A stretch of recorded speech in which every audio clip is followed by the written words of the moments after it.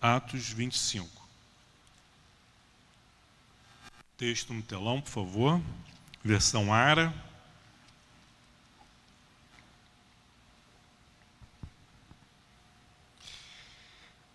Tendo, pois, Festo assumido o governo da província, 3 dias depois, subiu de Cesareia para Jerusalém.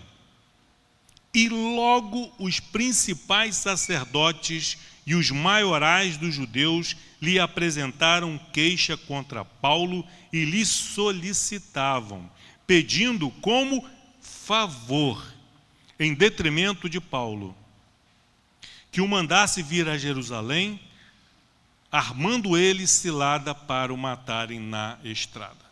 Só até aqui, por enquanto, por favor. Festo, então, assume o governo daquela região, no lugar de Félix. 3 dias depois, como bom político, o que ele faz? Vai até Jerusalém, para ter com as autoridades judaicas, para ouvir quais são as necessidades, o que ele, como governador, pode fazer por aquela cidade, por aquele povo, judeus, né? Prioridades. Será que não haviam necessidades maiores para os judeus, para a população de Jerusalém? Necessidades maiores do que a morte de Paulo? Será que a vida lá em Jerusalém estava tão perfeita? A economia estava bombando, educação, saúde, tinha emprego para todo mundo, as ruas estavam pavimentadas, saneadas, estava tudo tão perfeito que a prioridade das autoridades não era a prioridade do povo. Prioridade, o povo lá está preocupado se Paulo está preso, se Paulo está vivo, se Paulo está morto. Não estão.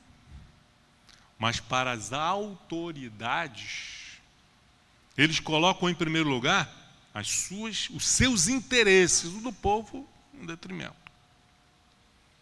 Então ele subiu de Cesareia para Jerusalém. E logo, versículo 2, os principais sacerdotes, que também eram juízes das causas dos judeus, e os maiorais dos judeus, lhe apresentaram queixa contra Paulo. As mesmas queixas, as mesmas acusações, nada de novo. A mesma conversa fiada, sem provas. Começaram lá. E, versículo 3, né? Pedindo como favor. Cuidado com os favores que nós pedimos. Cuidado com os favores que nós atendemos. Pedir um favor. Justiça e favor são coisas diferentes. O justo é justo. Se você está reivindicando algo que é seu direito, você não precisa pedir favor. É seu direito. Vocês estão entendendo? Se eu peço favor, é porque não é um direito. É um favor. Que o outro pode conceder ou não. Tudo vai depender dos interesses. É claro que há favores que nós recebemos e que nós fazemos onde não há interesse. É apenas uma demonstração de amor, de carinho, de consideração. Mas aqui nós estamos falando de coisas de política, de poder, onde a corrupção impera, reina. Então são favores, são trocas. Você me dá isso que eu te dou aquilo. Você me apoia ali. Eu faço vistas grossas para os teus crimes. E você também não vê os meus. Você me defende quando eu precisar. E conte comigo. quando você também estiver no banco dos réus. Essa troca de favores suja, nojenta, que para nós brasileiros é estranho, né? Porque isso não acontece. Acontecia lá em Israel, acontecia em Roma, na Grécia. Mas aqui no Brasil isso não acontece, não. Na igreja também isso não acontece, não.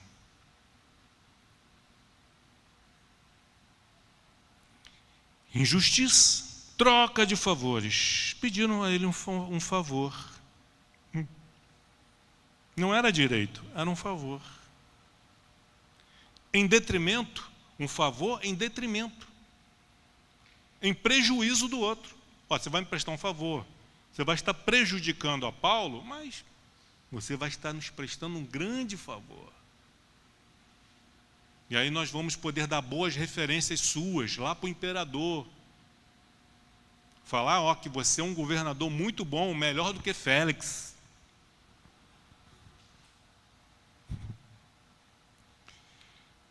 Tentador, né? Festo deve ter balançado. E qual era o favor? Que mandassem vir a Jerusalém. Traga Paulo. Paulo está lá em Cesareia. Manda ele aqui para Jerusalém para podermos ouvi-lo. Nós queremos ouvir a sua defesa. Conversa fiada. Eles só não falaram para Festo qual era a sua real intenção. Era de que no meio do caminho pudesse então concretizar o plano que eles tinham arquitetado há 2 anos atrás, que era interceptar Paulo no meio do caminho e tirar a sua vida.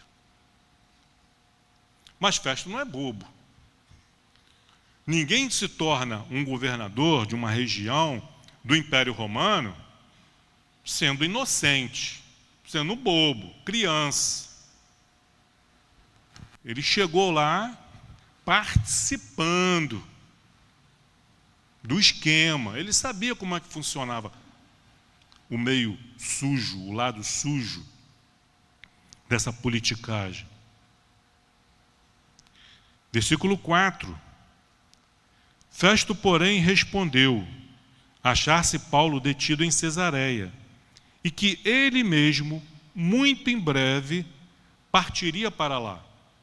Paulo está em Cesareia e eu vou ficar aqui mais alguns dias, mas muito em breve vou partir para Cesareia. Versículo 5. Portanto, disse ele, Festo, os que dentre vós estiverem habilitados, que desçam comigo. Vamos comigo. E havendo contra este homem qualquer crime, acusem-no. Versículo 6. E não se demorando entre eles mais de 8 ou 10 dias, quer dizer, Festo depois disso ainda permaneceu ali entre 8 ou 10 dias, desceu para Cesareia. E no dia seguinte, assentando-se no tribunal, ordenou que Paulo fosse trazido. Chegou lá, logo no dia seguinte, ordenou que Paulo fosse trazido à sua presença. Versículo 7. Comparecendo este, rodearam-no os judeus que haviam descido de Jerusalém, junto com Festo, trazendo muitas e graves acusações contra ele, as quais, entretanto, não podiam provar. Muitas e graves acusações contra Paulo, as quais, entretanto, não podiam provar.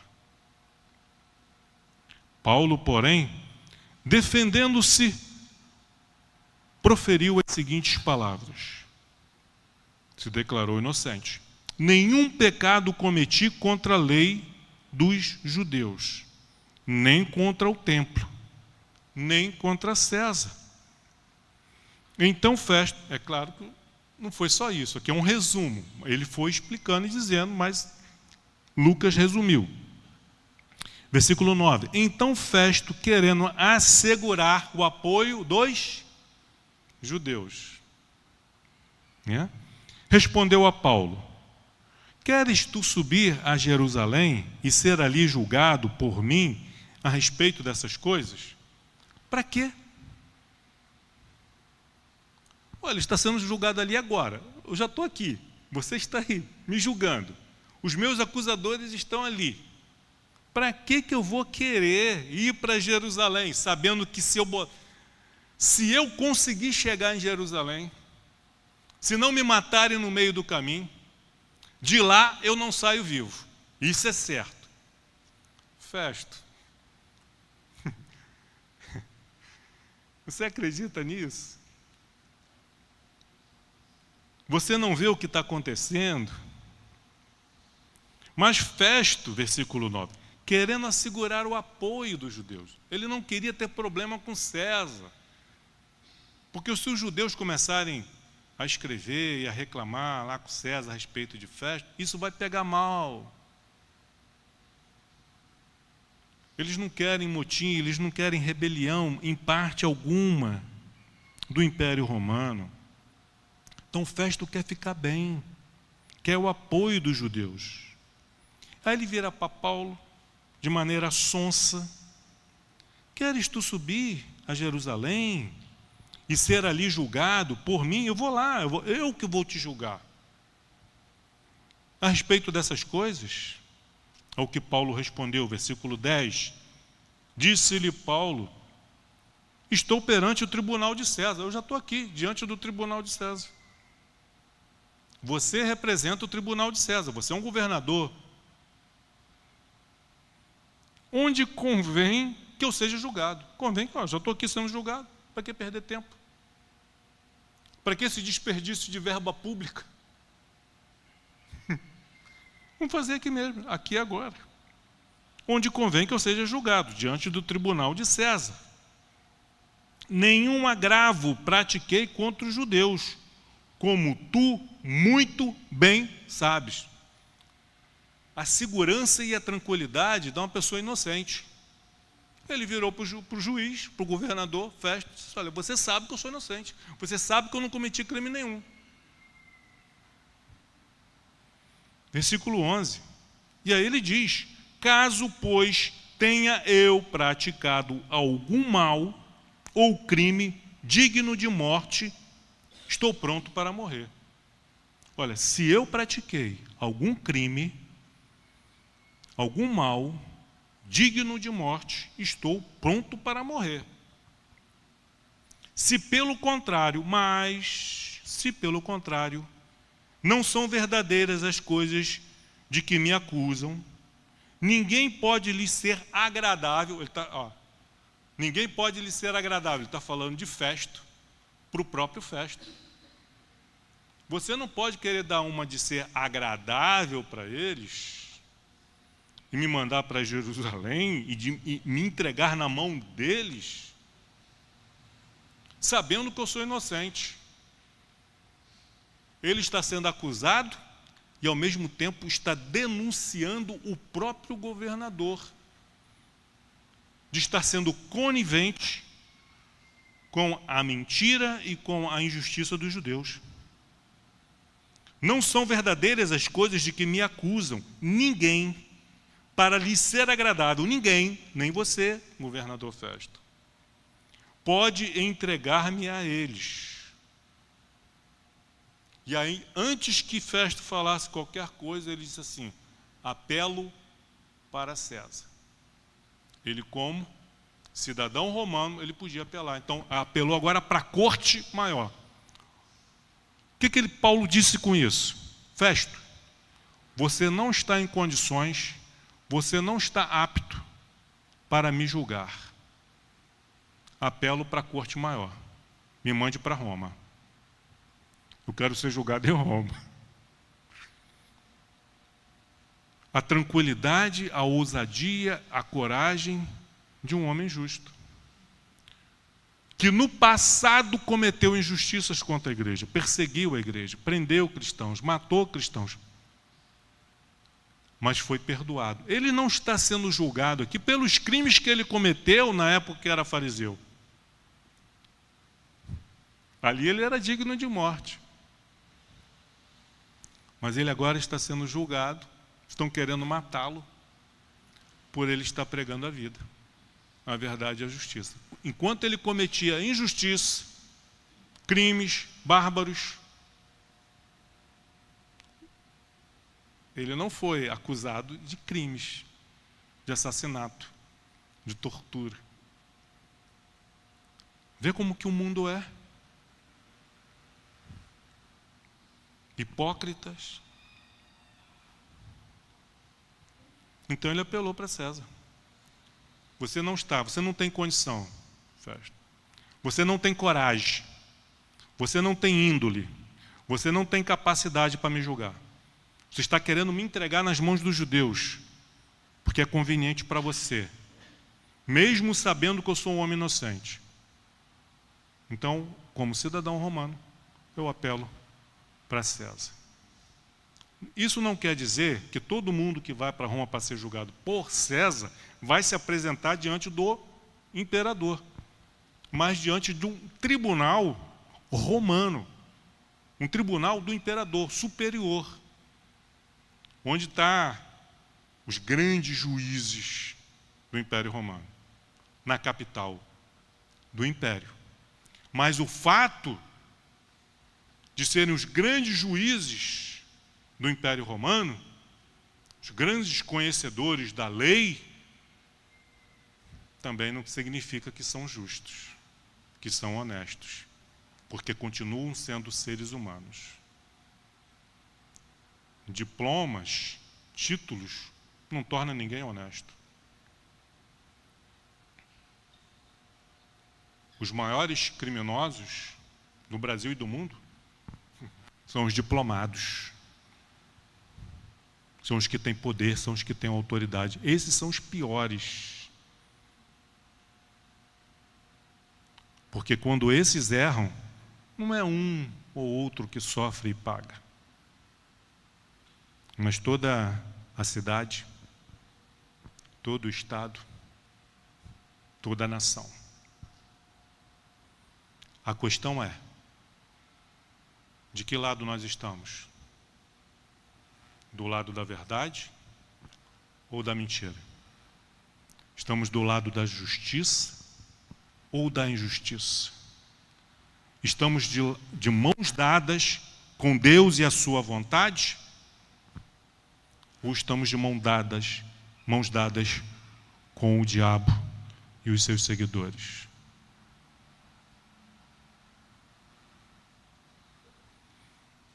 Apelo para César. Versículo 12. Então Festo, tendo falado com o conselho, respondeu.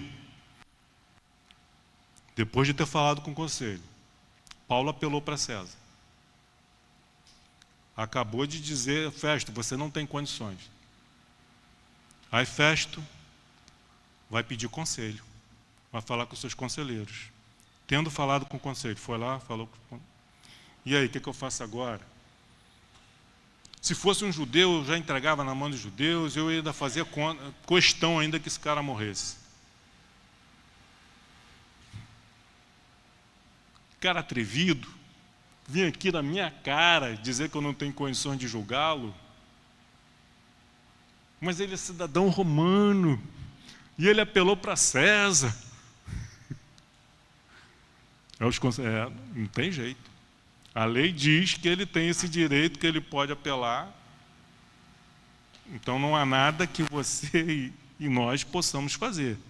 Se você quer um conselho, se você pediu o nosso conselho, envie ele para César. Passa esse problema, esse abacaxi, essa batata quente, como nós brasileiros falamos, para outro.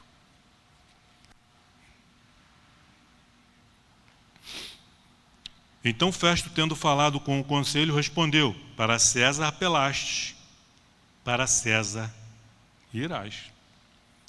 Versículo 13: passado alguns dias, o rei Agripa e Berenice chegaram a Cesareia, a fim de saudar Festo. E aí aparece aí duas figuras agora, o rei Agripa e Berenice, que era irmã de Agripa. e corria em boca miúda que eles tinham uma relação incestuosa. São o que os historiadores falam. O rei Agripa e Berenice chegaram a Cesareia a fim de saudar a festa. Fazer política também. Governador novo, vamos lá nos apresentar para o novo, né? Ele é rei, o outro é governador, mas o rei vai lá, né, dar as boas-vindas para o governador, que foi indicado pelo imperador. Vamos lá fazer aquela boa, né? Compartilhar de um bom jantar, de um bom vinho, trocar palavras de apoio mútuo, porque sempre é bom, embora eu seja o rei, né, aqui da região de Israel, é bom termos um bom relacionamento com aqueles, até mesmo aqueles que estão abaixo de nós, a fim de saudar a festa. Versículo 14. Como se demorassem ali alguns dias, ficaram ali alguns dias. Cesareia era uma linda cidade, beira-mar, estão lá no palácio, então, tirar umas férias, né? Como se demorassem ali alguns dias, Festo expôs ao rei o caso de Paulo, conversando, conversa vai, conversa vem. Aí ele expôs o caso de Paulo, dizendo: Félix deixou aqui preso certo homem, a respeito de quem os principais sacerdotes e os anciãos dos judeus apresentaram queixa, estando eu em Jerusalém, pedindo que o condenasse. A eles respondi que não é costume dos romanos condenar quem quer que seja, sem que o acusado tenha presentes os seus acusadores e possa defender-se da acusação. Há muitos julgamentos onde a sentença já foi decretada. O martelo já foi batido. É apenas um teatro. Como foi o julgamento de Jesus? Foi um teatro. A sentença de morte já havia sido dada. Mas, para demonstrar legitimidade, que tudo foi feito dentro conforme diz a lei, né, estavam ali os atores daquela peça. A mesma coisa fizeram com Paulo. Tudo um teatro. A sentença só não foi decretada porque, por providência divina, esse judeu tinha cidadania romana. Porque senão já tinha morrido. E sabia se defender.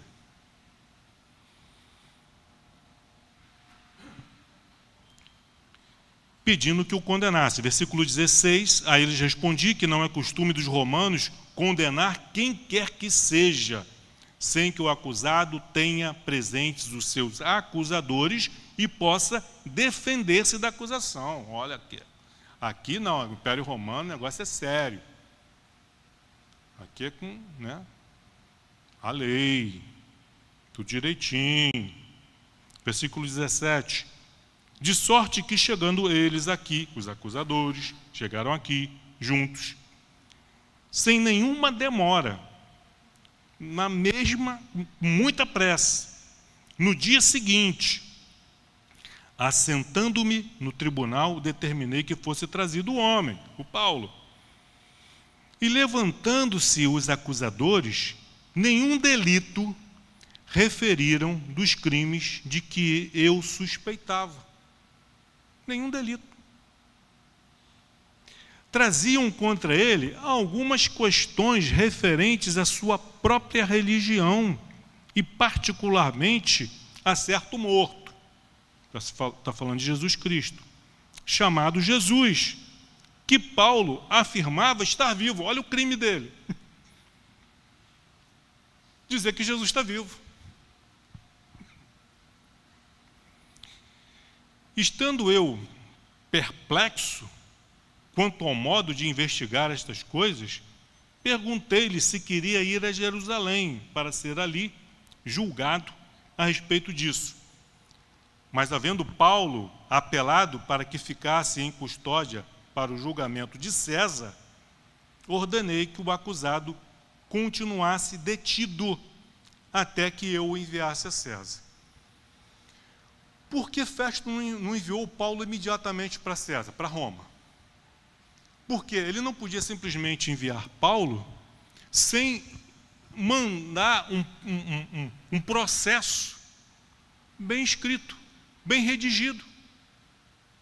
Se mandasse um processo ali de 2, 3 folhas com coisas inconsistentes, Festo estaria depondo contra si mesmo. Quando a corte de Roma fosse ler o processo de Paulo, esse Festo é um incompetente. Ele não tem condições de ser governador.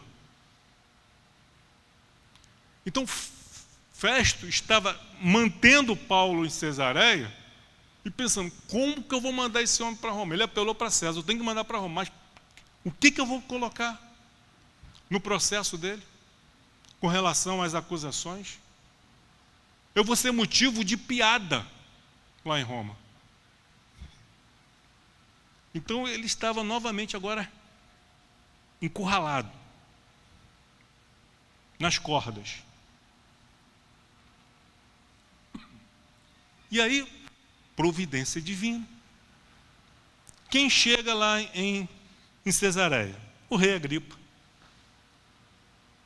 Festo deve ter... Vou pedir uma ajuda. Vou pedir um conselho, uma orientação. O que eu posso fazer? O que eu posso colocar nesse processo? Sair dessa jogada, desse xadrez no qual eu me coloquei, por querer ser agradável aos judeus.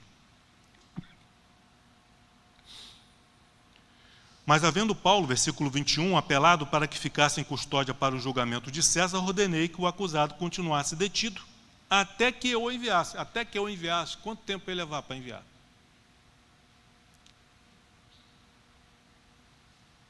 Complicado. Lembrando que Paulo já está preso, mesmo sem ter cometido crimes, já está preso há mais de 2 anos. Isso é justiça? Lembrando que Paulo já passou por várias cortes. Primeiro do comandante, depois do Sinédrio, depois de Félix, de Festo, e agora vai passar por mais uma. Todos os 4 julgamentos por onde Paulo passou, foi visto como inocente.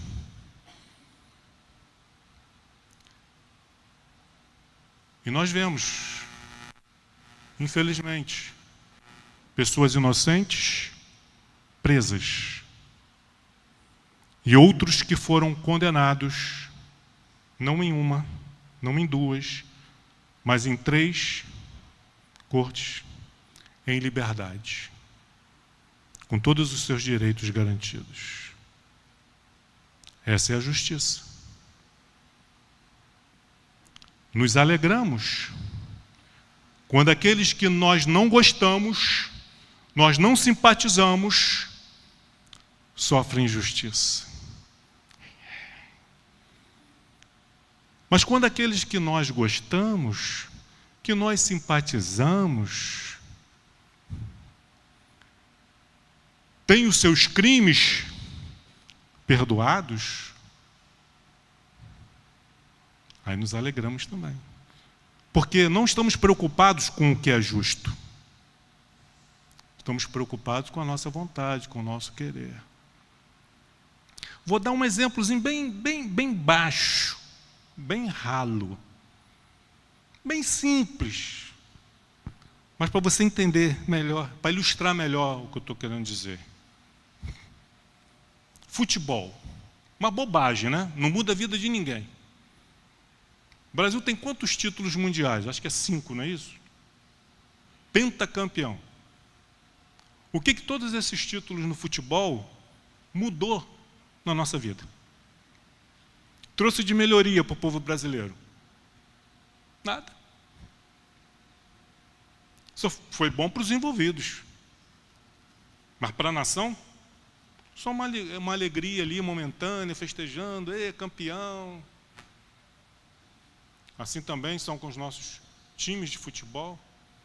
Se o time está na primeira divisão, se foi campeão, se não foi campeão, se foi rebaixado, o que isso muda na sua vida? O que você ganha, você e sua família? Quais são os benefícios que isso traz para a sociedade? Nenhum. Mas o que acontece? Quando o nosso time ganha, com um erro de arbitragem, é problema.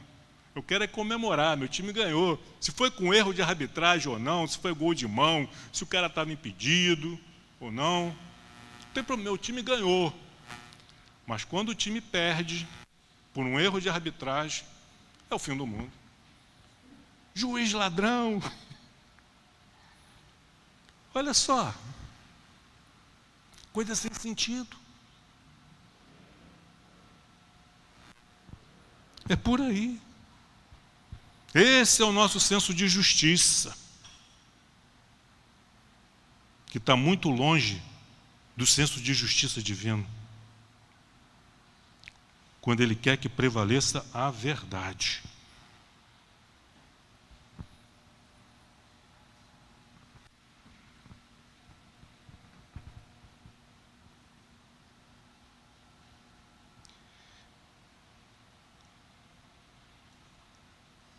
Versículo 21.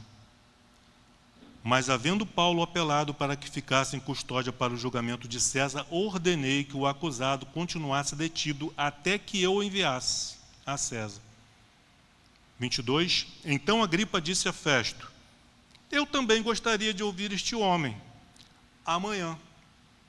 Respondeu ele: o ouvirás. Versículo 23.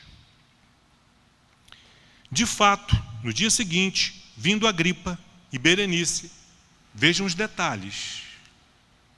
Vejam os detalhes.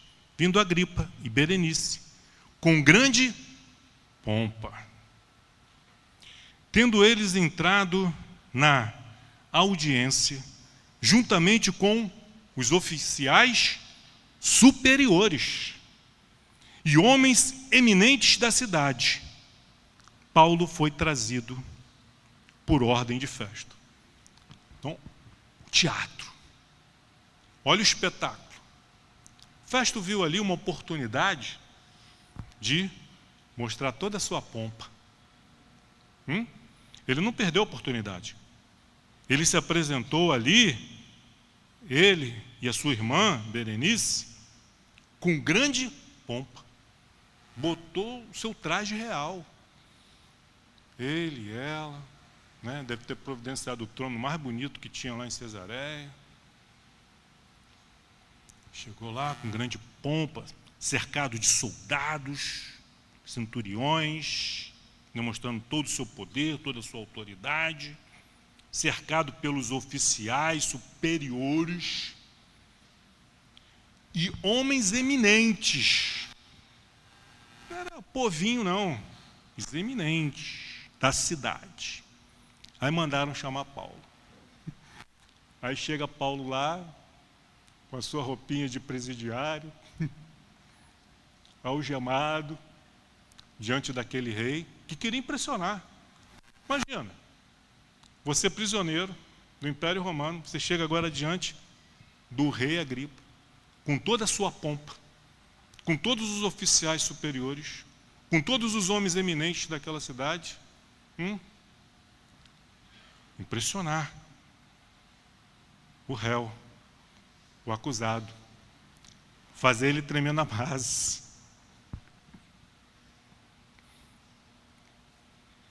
Trouxeram a Paulo. Paulo foi trazido por ordem de Festo. Versículo 24. Então disse Festo: Rei Agripa e todos vós que estáis presentes convosco, vedes este homem, por causa de quem toda a multidão dos judeus recorreu a mim, tanto em Jerusalém como aqui, clamando que não convinha que ele vivesse mais.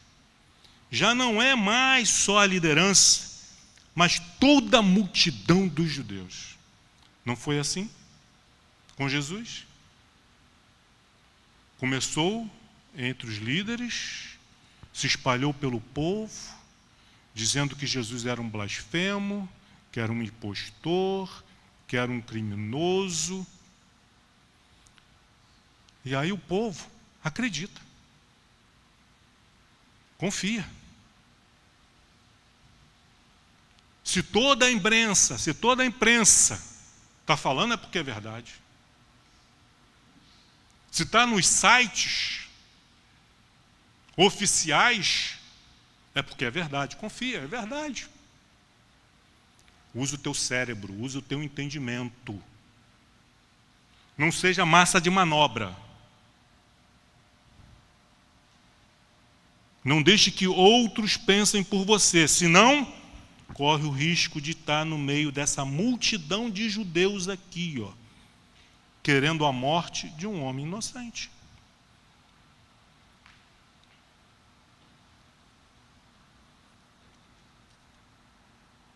A multidão dos judeus recorreu a mim, tanto em Jerusalém como aqui, clamando que não convinha que ele vivesse mais. Não basta estar preso, ele tem que morrer. Versículo 25. Porém, eu achei que ele nada praticara passível de morte. Conclusão do Festo. E por que não colocou Paulo em liberdade? Nós já sabemos, já falamos o porquê. Entretanto, tendo ele apelado para o imperador, resolvi mandá-lo ao imperador. Contudo, a respeito dele, nada tenho de positivo que escreva. Olha, não tem nada contra ele, mas também não tenho nada de bom para falar. Não tem nada positivo. Que escreva ao soberano. Por isso, eu o trouxe à vossa presença. E mormente e principalmente a tua, ó rei Agripa, para que, feita a arguição, o questionamento, o interrogatório, tenha eu alguma coisa que escrever, porque eu não tenho que escrever. Nem de ruim, nem de bom quanto esse homem. Olha o impasse.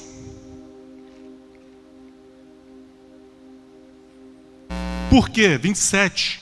Não me parece razoável, racional. Não faz sentido remeter um preso sem mencionar, ao mesmo tempo, as acusações que militam contra ele.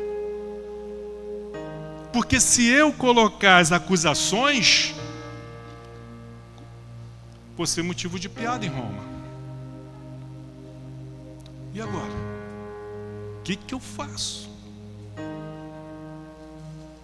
Aí o capítulo 26 vai ficar para o próximo episódio, para a próxima oportunidade. Aí vai ter o discurso de Paulo, Agripa. E das defesas que Paulo apresenta, essa aqui vai ser a mais eloquente, a mais completa, pelo menos a que foi registrada por Lucas. Mas esse capítulo 25, toda essa meditação, tudo o que foi dito, é para nos conduzirmos à reflexão e termos o cuidado de julgar e condenar baseado em mentiras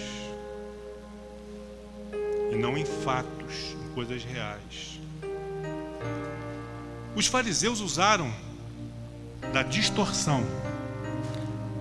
Pegaram palavras de Jesus, distorceram o que Jesus falava. Quem já leu e que conhece os evangelhos sabe muito bem disso. Distorciam, pegavam as palavras de Jesus, distorciam para o acusar.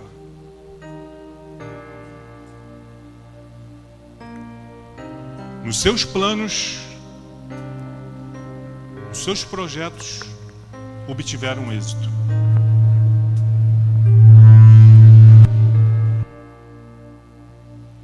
O obtiveram êxito.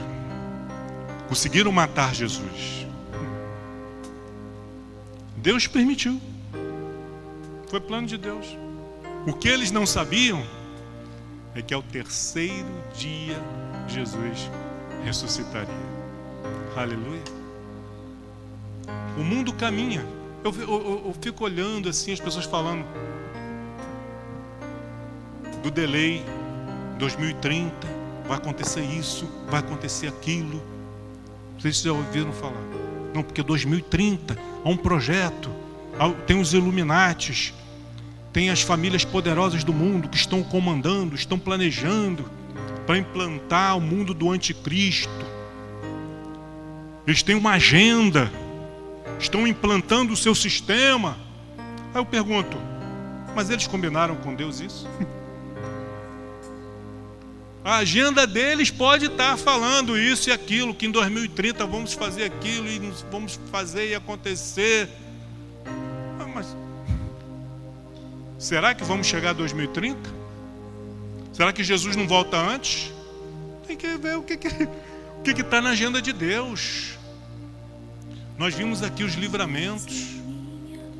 Deus conduzindo a vida de Paulo desde o seu nascimento.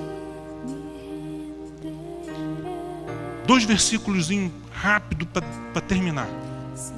Para nós sairmos daqui conscientes e entendidos da necessidade de filtrar nossos pensamentos e sentimentos com relação ao que é justo e ao que não é, o que é verdadeiro e o que é falso.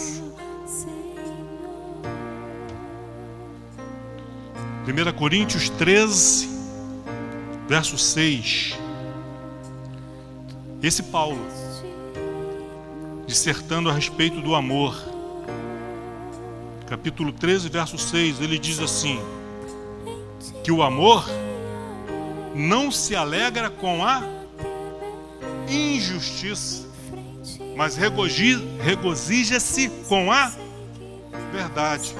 Povo de Deus, nós não podemos nos alegrar, nos regozijar com a injustiça, seja onde ela for cometida e contra quem for cometida. Injustiça é injustiça, ainda que cometida contra os nossos inimigos. Continua sendo injustiça, continua sendo mentira. Então aqueles que têm o Espírito Santo de Deus, que pertence ao Senhor, não pode se alegrar com a injustiça, comemorar quando a injustiça é cometida, mas tem que se alegrar e se regozijar quando a verdade triunfa. Aleluia. Mateus 5.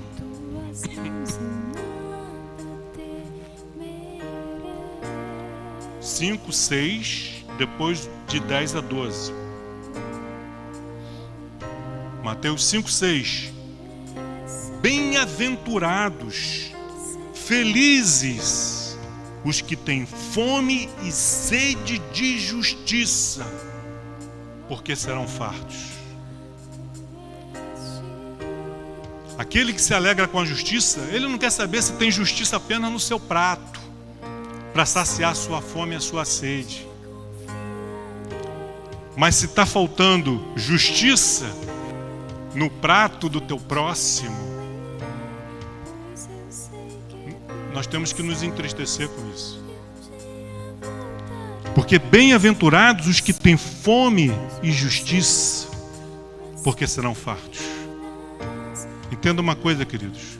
Aqui nesse mundo não tem como sermos fartos de justiça, porque é um mundo que jaz no maligno. Mas em breve, muito em breve, estaremos com Cristo, vivendo num reino onde a justiça impera, reina, plena, nos envolve, nos domina. Seremos fartos. Aleluia. Louvado Louvado seja Deus. Versos de 10 a 12. Você está sendo perseguido por causa da justiça, por causa do nome de Deus, por causa do seu reino. Bem-aventurados os perseguidos por causa da justiça. Você está sendo injustiçado? Você é um bem-aventurado. Se as acusações que fazem contra você, contra mim, são verdadeiras, se de fato erramos, pecamos, cometemos crimes, que bem-aventurança tem isso? Nenhuma. Mas se são falsas, se são mentirosas, bem-aventurados os perseguidos por causa da justiça, porque deles é o quê? O reino dos céus. O reino dos céus pertence àqueles que são perseguidos por causa da justiça. E não dos perseguidores, não dos mentirosos, não dos injustos, mas aqueles que estão sofrendo por causa da justiça. Versículo 11. Bem-aventurados sois, quando por minha causa, Jesus falando, vos injuriarem, vos difamarem, vos insultarem, desejarem o seu mal, o seu fracasso, a sua tristeza, a sua dor, a sua morte. Bem-aventurados sois quando por minha causa vos injuriarem e vos perseguirem, e mentindo disserem todo o mal contra vós. Versículo 12. Qual deve ser a nossa reação? Como a de Paulo, lá na prisão, depois de ter sido açoitado, estava cantando louvores a Deus. Versículo 12. Regozijai-vos, regozijai-vos, alegrai-vos e exultai, porque é grande, não é pequeno, mas é grande o vosso galardão nos céus. A alegria que teremos nos céus, pois assim perseguiram aos profetas que viveram antes de vós. Foi assim. Lembra de Abel e Caim? E de lá para cá, os injustos sempre tendo inveja e desejando a destruição, o mal daqueles que buscam a justiça. Regozijai-vos e exultai, porque grande é o vosso galardão nos céus.